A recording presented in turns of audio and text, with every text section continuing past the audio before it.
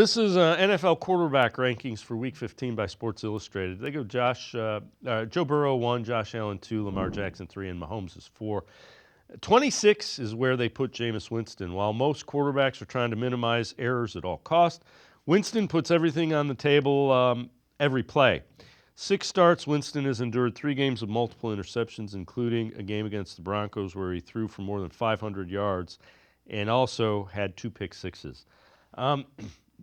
The other thing that kind of jumps out when I watch Jameis Winston, it's almost like every throw there's a high degree of difficulty. It's not like he's looking, go take the easy cherry picking completion sometimes, because the risk isn't worth the reward in some of the instances. A couple of those interceptions, especially against the Broncos, that was kind of like, man, risk and reward there is not anywhere what you want it to be.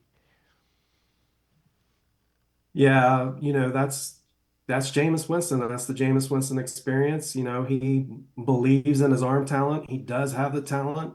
Um, but unfortunately, he just puts the ball at risk at certain points and oftentimes critical points in the game.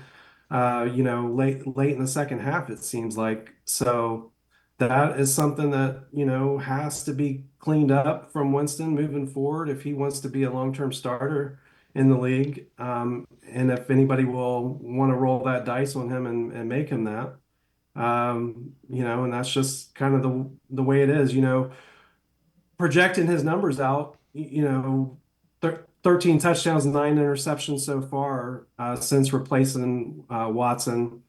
I think it was like 37 touchdowns and 26 interceptions on a full 17 game season. Well, you love the touchdown number, but the interceptions, 26, you just can't really, win enough games on that level. The margin for error in this league is so different now than it was, when you and I were growing up, Dave, in the 80s and 90s.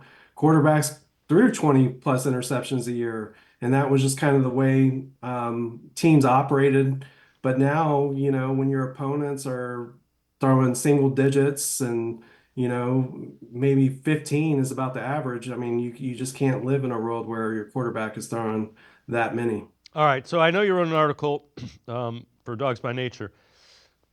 Winston keeps turning the ball over. Should the Browns hand things over to Dorian Thompson-Robinson?